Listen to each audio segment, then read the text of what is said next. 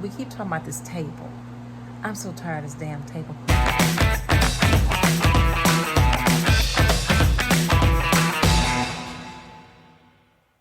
Greetings.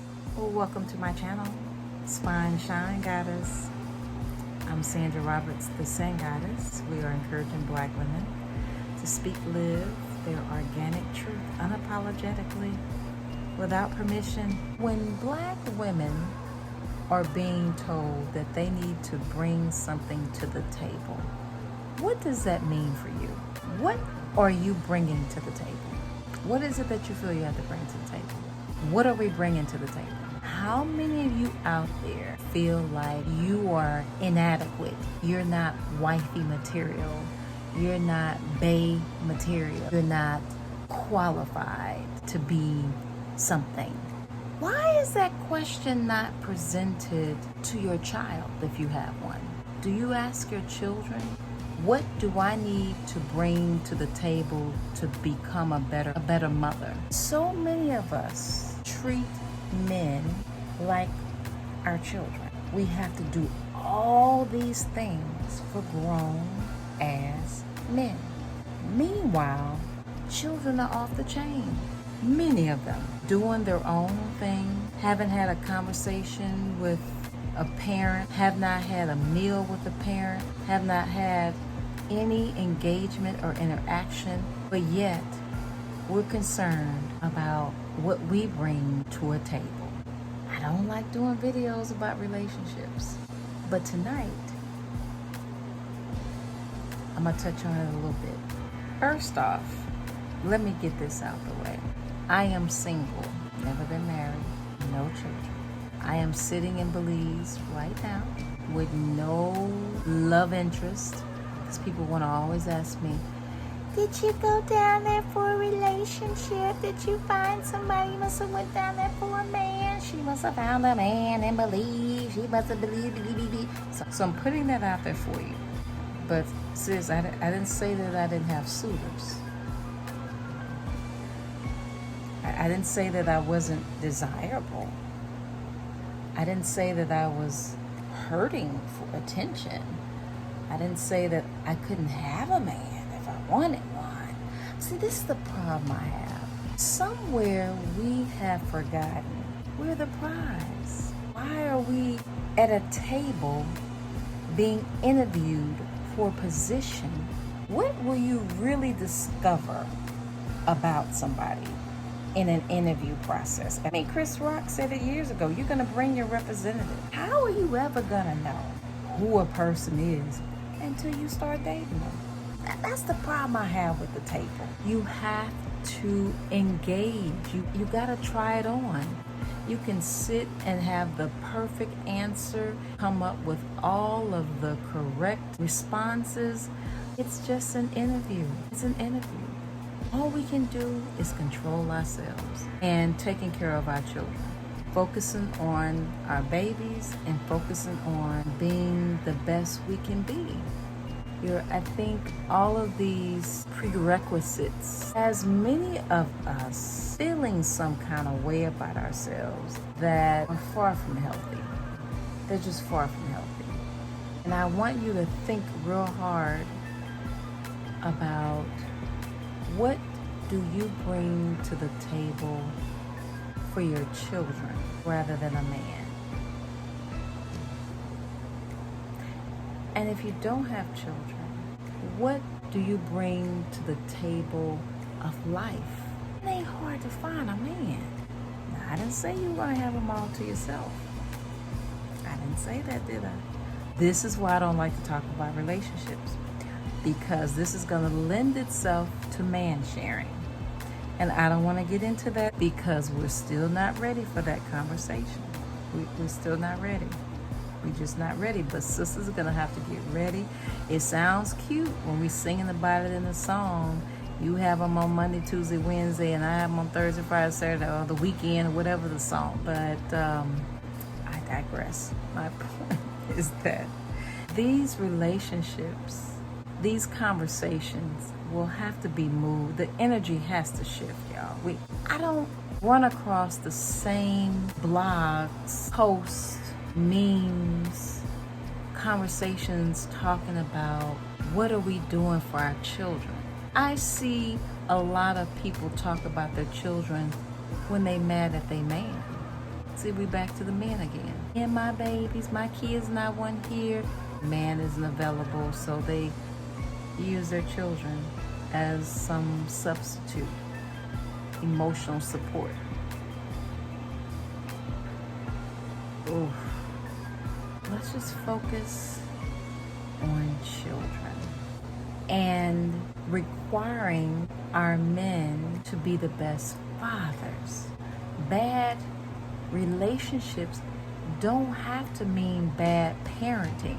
Why should the children suffer because we're in our feelings? That was the key ingredient in holding relationships together back in the day that we like to, romanticize about. They held it together because of the children. They stayed because of the children. They made it work because of the children. Now it's all about us. What we're bringing to the table to please each other. Do y'all even talk about the kids at the table? Or even the children at the table? When you're interviewing, are you just choosing men without bringing the kids to the table? Do they have a say-so? Some people say, I don't want people to meet my kids. Well, they should interview them. Once you have created a relationship with this person and now you're feeling them, what if they meet your child and your child doesn't even like the person? Can we just broaden the table? Need to think outside the picket fence. This nuclear family, this picket fence, this us against the world, me and you doing it together.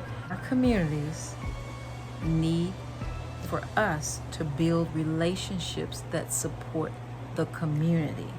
This whole what are we bringing to the table when our communities are suffering? What the does it even matter what we're bringing to the table if it's just the two of us benefiting from this table?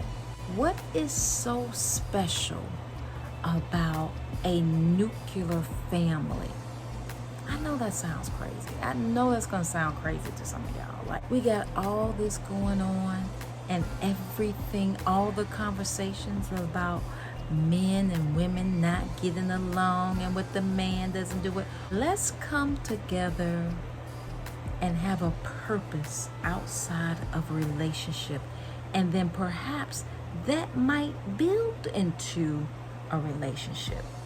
Maybe we should work it backwards. Maybe we should figure out a way to have a bigger purpose and not let relations and entanglements become the priority. Let's come to the table to figure out what we're going to do to help our children to have a better future. How about that? So, if you will, in the comments, let me know if I'm off. Some of you might say, well, that's why we're in a relationship, so that we can build a family that would then lead to a healthy community. But is that working? When you start a relationship based on purpose and a bigger picture,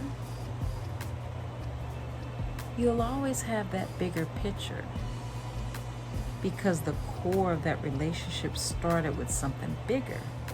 And you don't want to lose that bigger picture over something petty. You're more likely to hold on if there's a bigger picture. The purpose was bigger than just the two of you. So you don't want to dismantle the entire piece that was bigger based on some petty bullshit. That's why I say maybe it's better to start with a bigger purpose. So if we're going to come to the table, maybe the table should center around a bigger purpose that lends itself to healing and resolving some things in our community, and not just about, well, do you cook? Do you clean? Do you want me to lead? Are you a leader? Are you... Just so tired. This leave it to beaver is what I call it. Whatever this role playing is, and who's supposed to do what, who's on first, who's on second, all that little petty shit. Let's just make the table bigger. Like the issues, you know, just broaden the table. That's all I'm saying. Just see how that goes. And then maybe that'll turn into something. But then even if it doesn't turn into something, we still have purpose that's bigger than all these little hurt, broken, and failed relationships. I don't know. I have so many thoughts about relationships that they're unpopular opinions, or they're opinions that women often keep to themselves, and they just pretend and go with the status quo because they don't want to appear to be, you know, weird. Because we're just supposed to be sitting around wanting to be picked, walking down an aisle. I saw a video the other day. A girl was talking about being celibate, and because she was celibate, she was blessed with a husband. And there's some of y'all out there right now thinking just like that. Oh, we got all these things that's, if I just do this, if I just, there's always this laundry list of things we need to do to get what we want. A whole lot, like, and you will meet people who've been together for years, and all the shit we be talking about, none of that shit they've done. This list, like, where is this list coming from? Every day is something else, it's something different. So you gotta be celibate, you gotta be quiet, you gotta be feminine, able to be led, you gotta have ass. You got all this you gotta do before you can find your king. You ain't gotta do all that. You were born by yourself, you're gonna die by yourself. That was one of the things I grew up hearing. When you always talk about, I have nobody to play with, they won't play with me. You were born by yourself, you're gonna die by yourself. So you better be happy with you first and foremost. I know there's gonna be somebody getting on here, oh, this person's hurt. You hate to deflate their theory and produce the receipts that you ain't really hurting like that, because you know, that's your business. But so many people think that if you ain't around here talking about a relationship or getting a man, that somehow something's wrong, something's off. It's like you just can't have human connection with the opposite sex. Can it just be as basic as vibing with the opposite sex? Don't make it complicated. Let's stop complicating it. Can we get along on a human level that helps us to make a positive change in our community? Do what you must with that. It's my truth. Bring your children to the table. Ask them, what do we need to do to make it a better world?